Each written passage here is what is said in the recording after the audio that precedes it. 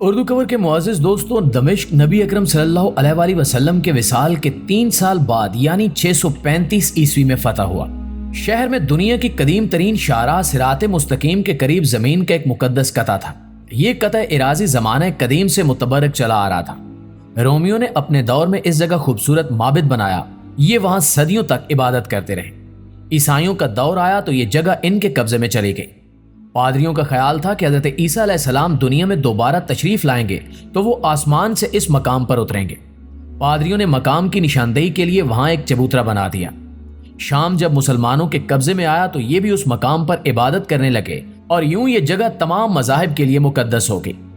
خلیفہ ولید بن عبد الملک کا دور آیا تو وہاں دنیا کی عظیم ترین مسجد بنانے کا فیصلہ کیا گیا، لیکن پادری یہ جگہ خالی کرنے کے لیے تیار نہیں تھے۔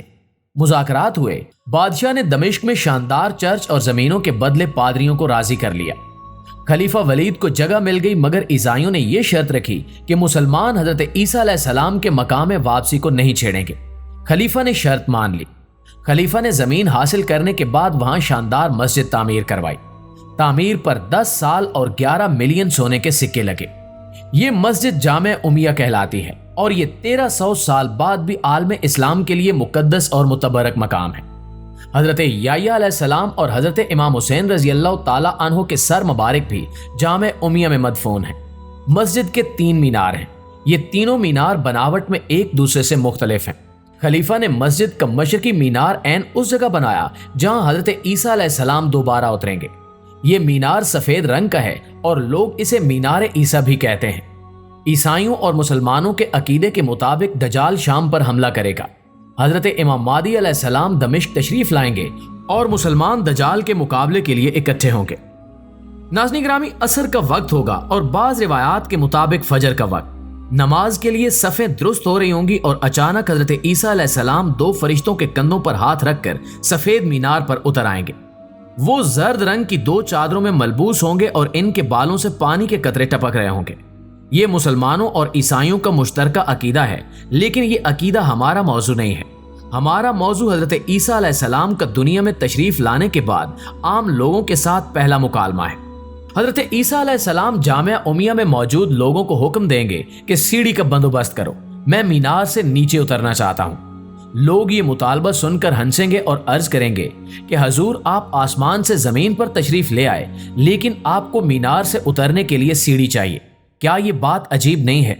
حضرت عیسیٰ علیہ السلام جواب دیں گے کہ میں اس وقت عالم اسباب میں کھڑا ہوں، اور عالم اسباب میں آپ ہوں یا میں، ہم سب اسباب کے محتاج ہیں۔ لوگ یہ سن کر سبحان اللہ کہیں گے، سیڑھی کا بندوبست کریں گے اور حضرت عیسیٰ علیہ السلام زمین پر قدم رنجہ فرما دیں گے۔ امام مہدی رحمۃ اللہ علیہ کی اقتداء میں سنت محمدی کے مطابق نماز ادا کریں گے اور دجال سے مقابلے کے لیے کھڑے ہو جائیں گے۔ پیارے ساتھیوں، میں نے جب کتابوں میں یہ واقعہ پڑھا تو عالم اسباب کی ساری تھیوری سمجھ آ گئی۔ ہم مسلمان خوفناک حد تک ذہنی، نفسیاتی اور روحانی مغالطے کا شکار ہیں۔ ہم پوری زندگی روحانی معجزوں کا انتظار کرتے رہتے ہیں اور اس انتظار میں یہ تک فراموش کر بیٹھتے ہیں کہ حضرت موسیٰ علیہ السلام کلیم اللہ تھے۔ وہ اپنے عصا سے سمندر کو 2 حصوں میں تقسیم کر دیتے تھے، لیکن وہ بھی اپنی امت کے لیے عالم اسباب کے تقاضے نرم نہ کر سکے۔ حضرت عیسیٰ علیہ السلام مردوں کو زندہ کر دیتے تھے، لیکن وہ اور ان کے ساتھی رومن امپائر کے اسباب کا مقابلہ نہ کر سکے۔ اور نبی اکرم صلی اللہ علیہ وسلم اللہ تعالیٰ کے آخری اور محبوب ترین نبی ہیں، لیکن انہیں بھی عالم اسباب میں تلوار، گھوڑے، ذرہ بختر، اونٹ، پانی، خوراک اور لباس کا بندوبست کرنا پڑا۔ یہ بھی اپنا دفاع کرتے رہے، یہ بھی جنگیں لڑتے رہے اور یہ بھی پیٹ پر 2 پتھر باندھتے رہے۔ انہیں بھی ساتھیوں، دوستوں، بھائیوں، ہجرتوں، معاہدوں، جوڑ توڑ اور معاش کی ضرورت پڑتی رہی۔ یہ بھی تجارت فرماتے رہے، یہ بھی اپنے حسب نسب پر فخر کرتے رہے اور یہ بھی اپنے گھر آباد کرتے رہے۔ آپ کسی دن فرقے اور مسلک کی عینت اتار کر سیرت نبی صلی اللہ علیہ وسلم کا مطالعہ کیجیے۔ آپ یہ دیکھ کر حیران رہ جائیں گے کہ ہمارے رسول اللہ صلی اللہ علیہ وسلم نے پوری زندگی کوئی سب سٹینڈرڈ چیز استعمال نہیں کی۔ دوست بنائے تو شاندار، لوگوں کا انتخاب کیا، غلام، خادم اور کنیزیں چنی تو تہذیب، شائستگی اور مروت کے شاہکار پسند فرمائے۔ آپ صلی اللہ علیہ وسلم نے پوری زندگی کمزور تلوار خریدی اور نہ ہی بیمار گھوڑے اور لاغر اونٹ پر سفر کیا۔ آپ صلی اللہ علیہ وسلم نے لباس بھی ہمیشہ صاف ستھرا اور بے داغ پہنا اور رہائش کے لیے شہر بھی معتدل